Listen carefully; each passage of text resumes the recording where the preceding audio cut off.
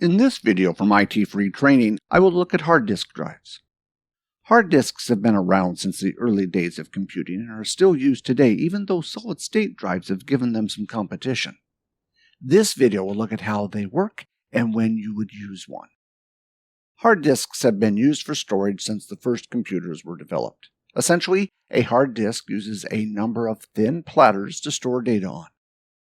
The first hard disks were the size of refrigerators, but as time passed, they got smaller. There are a number of different sizes of hard disks on the market, but generally the largest hard disks sold today are 3.5 inches wide.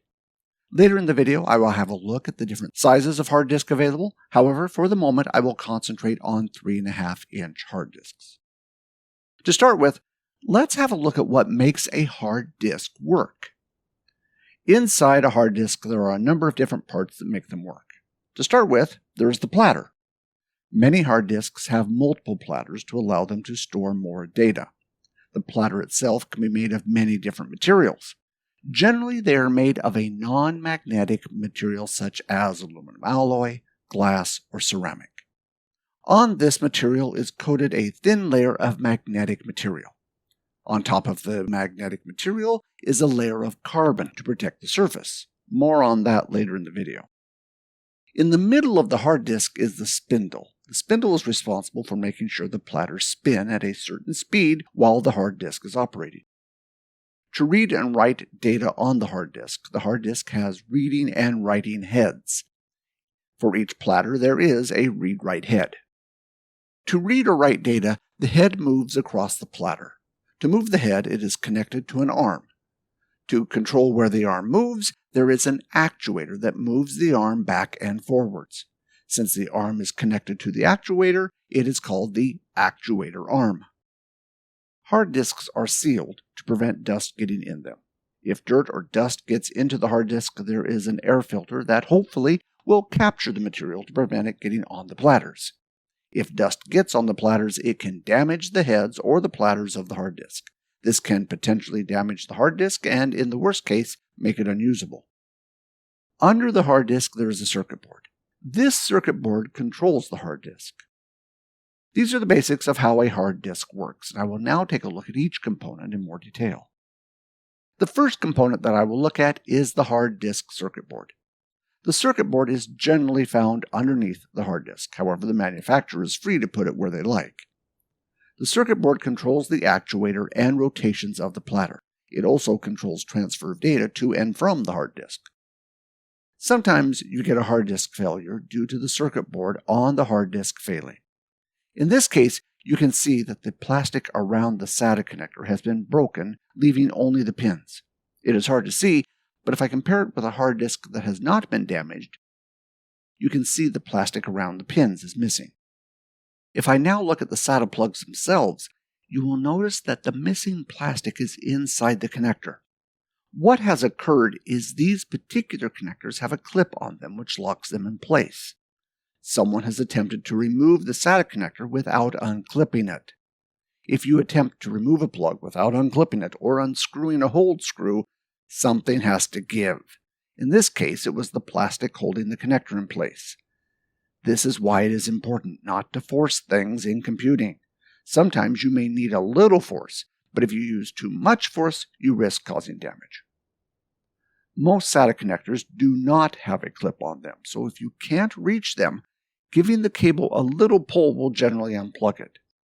If you can't see the other end of a connector because something is blocking it, don't assume it does not have a clip holding it in place. Some connectors won't, some will, even the ones you don't expect to. Pulling it too hard risks damaging a component or a connector, which is what has happened in this case. To fix this, I could attempt to replace the connector. This is generally very difficult to do since the connector is often soldered, glued, or somehow attached to the board. In this case, I have purchased a replacement board which has the required connector on it. You will notice on the board there is a part number. To get the replacement, it was just a matter of finding someone who would sell me this board. eBay is a good place to look. If you have a number of dead hard disks of the same type, you may be able to get one working by swapping the board with another. When hard disks fail, It is generally a mechanical problem in the hard disks themselves, but it is not unheard of for a board to fail here and there. Hopefully, replacing the board will get the hard disk working again. However, it is not a guarantee it will work. Most hard disk circuit boards have a chip on them that contains unique data for that hard disk. This is written to the chip during the low-level formatting of the hard disk in the factory. Thus, swapping the circuit board may get the hard disk working again, but don't expect to get the data back. In order to remove the board from the hard disk, a special screwdriver is required. In this case, I have purchased a ratchet screwdriver with a number of bits. It is just a matter of selecting the right bit. It is generally easier to buy a large number of bits for a ratchet screwdriver rather than attempting to buy a screwdriver for every different screw you may come across. It is now just a simple matter to remove the 4 screws holding the board in place, remove the board, and replace it with the new board. Most hard disks will follow the same design. You may also find the same board is used for different hard disks, the only difference between the hard disks generally being the amount of data they can contain. Once the board is in place, the 4 screws are put back in. If you take the hard disk to a data recovery company, they will either copy the data on the chip to the new circuit board or remove the chip from the old hard disk circuit board and transfer it to the new circuit board. If you do swap the circuit board on a hard disk and get the hard disk working again, I personally would not trust it with your valuable data.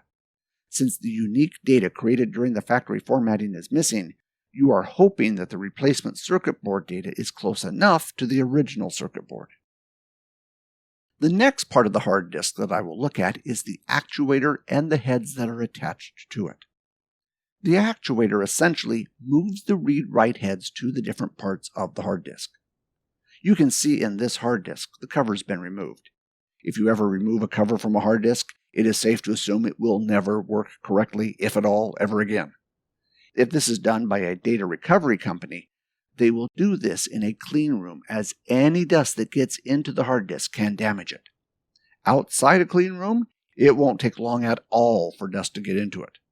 The covers are generally sealed shut, so once the seal is damaged, more dust will get in if you then reassemble the drive. You will notice that when the hard disk is powered up, the platters will spin up and the actuator arm will move across the platters. This is an initial test the hard disk does to check if it is working correctly. This hard disk is faulty, and this is why the test keeps getting repeated. If I compare it to a different hard disk which has damage close to the edge of the platter, notice that the actuator arm keeps moving back and forward to where the damage is. It will do this a number of times before it gives up and spins the drive down. This is one of the tests you can perform on a hard disk to see what the problem may be. Simply turn it on and listen to what it is doing. You will notice that with this working hard disk, once it is switched on, the actuator will move across the platter, essentially looking for damage or dust on the drive. Once it has completed a good pass over the platter, it will go back to its resting position. If it can't complete a good pass after multiple attempts, the hard disk will spin down. Once the initial test is complete, Windows will start accessing data on the drive, so the actuator will continue to move across the drive. Once Windows has finished accessing the drive, the actuator will stop moving. If you find your hard disk is not working, check to make sure that it spins up and stays spun up. You should be able to hear the hard disk spinning. However, if you can't, a lot of the time if you put your hand on the hard disk case, not the circuit board, you can feel the vibrations of the hard disk spinning. Keep in mind that if power saving is running, the operating system may spin the hard disk down. In order to access the data on the drive, the actuator needs to be able to precisely move to different parts of the platter. To achieve this, there is a voice coil on the end of the actuator. A voice coil is essentially wire that is wrapped around and around. This is generally in a circle in the case of electric motors, but in the case of hard disks, it is in the shape of a trapezoid. Electricity passes through the wire, which creates an electric field. The electric field needs something to react to, so on either side is a strong magnet. The magnets hold the actuator in place. Once electricity passes through the voice coil, this changes the magnetic field, which causes the actuator to move. Using a system like this is a lot more accurate than using an electric motor. If you have a look at this hard disk case, you will notice the bottom magnet has been put in place with the actuator on top.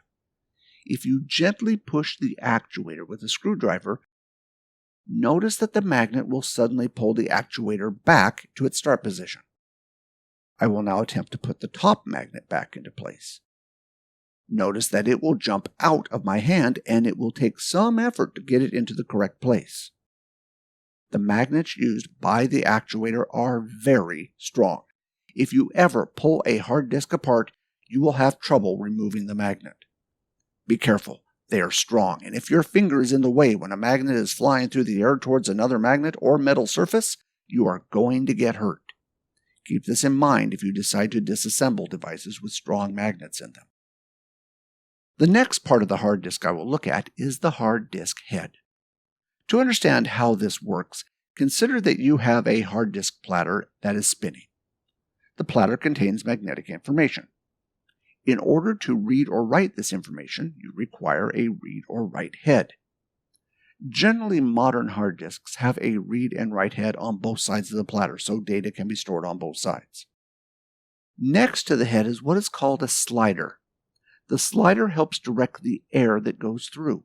Essentially, the air gap means the head floats above the platter. The airflow caused by the slider pushes the head up, and the suspension arm pushes the head down. The end result is that a constant height above the platter is maintained. The closer the head can get to the platter, the more information can be stored on the platter. With modern hard disks, the head may float above the platter as close as 5 micrometers. To give you an idea how small that gap is, a human hair is between about 17 and 189 micrometers. With that kind of clearance, you can understand why any dust, fingerprint, or anything else on the platter can cause problems. Also remember that the platter is spinning very quickly, and thus anything big enough will strike the head with a lot of force and could potentially damage it. If the head is not damaged, the item may be pushed into the disk, damaging it. You can start to understand why these devices are so fragile if they are opened. Now that we understand how data is accessed on the platter, let's have a look at how it is stored. The platter itself is a circular disk used to store magnetic data. These platters are very shiny, like a mirror, so you will probably be able to see your face in it. The surface needs to be very smooth to prevent the head getting stuck or damaged as the platter spins around. The platter itself is made of a number of different layers. The middle layer is a rigid layer. This rigid layer is pretty strong. You can see in the case of this platter, I've attempted to break it. However, it has a strong metal layer in the middle. Some platters may be made of glass, so be careful if they break, as you may get cut by glass fragments. Due to the rigid middle of the disk, this is where the hard disk got its name. If you remember the old days of computing, you will recall the floppy disk. The material inside floppy disks could easily be bent, and thus the name floppy disk. Hard disks could not bend like this, and therefore got the name hard disk. In most cases, the middle of the platter is a rigid layer, and on top of this is a magnetic layer. This magnetic layer is what stores the data. Modern hard disks store data on both sides, thus the magnetic layer will be on both sides of the platter. There are many different materials that are used for this layer. The layer itself may not be magnetic, but the important point is that it has the ability to change its structure when a magnetic field is applied to it. More on that in a moment. On top of this layer is a protective layer. The layer protects the magnetic layer from wear and damage. In order to store the data, the head moves across the surface of the platter. If the head is reading, it simply needs to detect what magnetic field is in the platter. Modern hard disks will change the magnetic field in the material to facing either up or down to represent a 1 or 0. Old hard disks may change the field to left and right. However, as the amount of data on the platter increases, it becomes harder and harder to use this method to store data. To make this even more complicated, as data increased on the platters, it was not possible to ensure that the area of the drive could be set to an up or down field. Large capacity drives use a number of different tricks when reading the data to interpret what is read to work out if they are ones or zeros. Rest assured, the hard disk takes care of this for you, so you don't need to worry about it. Next, I will have a look at how this data is laid out. The data on the platter is laid out in sectors. However, nowadays this is also often referred to as blocks. Both are technically correct, but there is one small difference I will talk about shortly. To understand how they work, consider a platter on a hard disk. As the platter spins, the data is read or written on the platter. The data is laid out in what is referred to as a track. If you drew a circular line around the platter, it would meet where it started. This track is divided into sectors. These sectors contain the base unit for data on the drive. In old hard disk drives, the sector was 512 bytes, whereas in modern drives they are generally 4096 bytes or 4 kilobytes, commonly referred to as 4K. The sector size is important because it is the smallest unit on the drive. So, if you attempted to save a file that was 1 byte in size on the hard disk, it would take up the whole sector. If you have a lot of small files, this can mean a lot of wasted space on the hard disk. Due to this previous hardware limitation, this is why the sector size was increased to 4096 bytes. The hardware limitation created a hard limit on certain specifications of the hard disk. Due to the hardware limit, having a smaller sector size limited the maximum size the hard disk could be. In order to increase the maximum space on the hard disk, the sector size had to increase because everything else had reached its limit. You will be happy to know that nowadays we don't have to worry about this. Modern hard drives support what is called logical block addressing. Essentially, each sector on the hard disk is given a number. The operating system simply requests the block with that number when it wants to read or write to it. Thus, you can see the difference between sectors and blocks. Sectors are the physical locations on the platter. A block is a number that is assigned to that sector. The advantage is, if the sector fails, the hard disk can allocate that block to a reserved sector. All hard disks have a small number of reserved sectors to replace failed sectors on the platter. So you can see the big differences between sectors and blocks is that sectors are physical and don't change. Blocks are logical, referring to a sector on the hard disk, and can thus change. If you remember the old days of having clusters, cylinders, and the like, don't worry, you don't need to worry about that anymore. Nowadays, data is accessed by using the block number, and the operating system does not need to worry about how the data is laid out on the hard disk. Each sector has header and data information. It is up to the manufacturer of the hard disk to decide what data is stored in the header. Generally, it will contain information that will allow the hard disk to determine which sector it is. It may also contain additional data, such as if the sector is bad and can't be used. When this is the case, the sector may be marked as bad, or it may have an address or an alternative sector that it can use. You may be thinking, there is more surface area as we go out from the center, so does this mean there is more room for sectors? The answer is, yes, there is. As we go further away from the center, more sectors can be fitted in, but we don't need to worry about that. Why? Because logical block addressing takes care of that for us on modern drives. All we need to do is provide the block number, and the drive will work out where it is. You can see that in modern drives there is not much we need to worry about. Since blocks are essentially a number assigned to a sector, you may see the terms used interchangeably. You will generally find that newer software, unless accessing the physical sector, will refer to the data by blocks rather than sectors. The next part of the hard disk that I will look at is the spindle. The spindle is essentially a motor in the hard disk that keeps the platter spinning at a fixed speed. In the case of devices such as optical drives, it is possible for the spindle to increase or decrease the speed. For example, it may change its speed depending on if it is accessing the middle of the disk or the outside of the disk. In the case of hard disks, this is not the case. The hard disk head moves very quickly across the platters, as we have seen. It moves so fast, it is not possible for the spindle to adjust its speed quick enough. For this reason, the speed is always constant. Hard disks come in a number of different speeds, expressed as revolutions per minute, or RPM. Nowadays, 7200 RPM are the most commonly sold hard disks on the market. There are some disadvantages and advantages to hard disks depending on their speed. The advantage of faster hard disks is that they are, faster. The faster the hard disk spins, the quicker it can read the information on the drive, and thus the faster it can transfer data. There are some disadvantages. Since the platters are spinning faster, it means it requires more space on the platter to store a 1 or a 0. For this reason, slower spinning hard disks can have a larger capacity. A faster spinning drive also creates more heat and noise. For this reason, faster spinning drives have a shorter lifespan. It is estimated that a high-speed hard disk will fail 2 years sooner on average than a low-speed one. You will generally find that slower speed hard disks will be used in mobile and desktop computers. The faster hard disk will be used in enterprise environments like server rooms.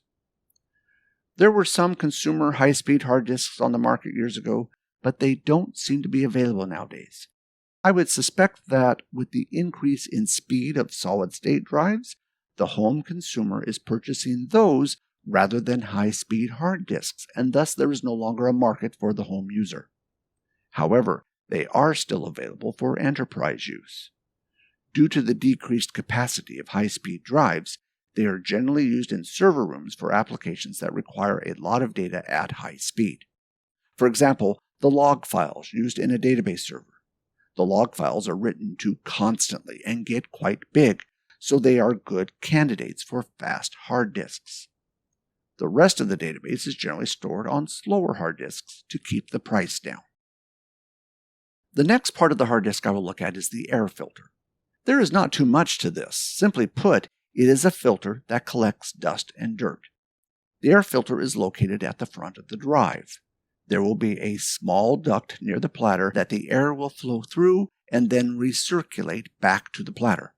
When the platters are spinning, this is enough to generate enough pressure to force the air through the duct and the filter. This hard disk is pretty old, so you will notice that a lot of dirt has accumulated in the air filter. Even if the hard disk is old, do not attempt to replace the filter. Unless the hard disk is opened in a clean room, you will introduce more dust and dirt into the drive than if you left it unopened. This completes our look at how the different parts of the hard disk work. The last specification that I will look at is the physical size of the hard disk.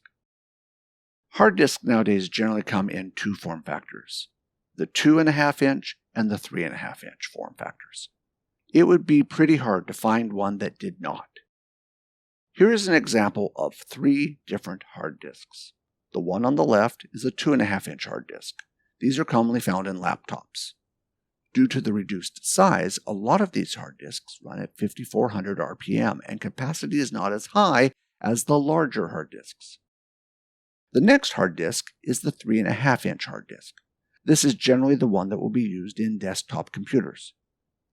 You will notice that the last hard disk looks bigger. However, it is essentially a 3.5-inch hard disk in an adapter.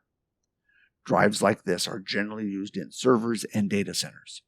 The adapter allows the hard disk to easily be pulled out and removed. When you see hard disks like these, remember they are probably 3.5-inch drives with just an adapter. Once you remove the adapter, they are the same size as other 3.5-inch drives. In some cases, you may find that you will need to install a 2.5-inch hard disk, but only have room to install a 3.5-inch hard disk. When this occurs, you can purchase a bracket. A bracket will allow you to mount a smaller 2.5-inch hard disk into the bracket. The bracket will then be installed in a 3.5-inch bay containing the 2.5-inch hard disk.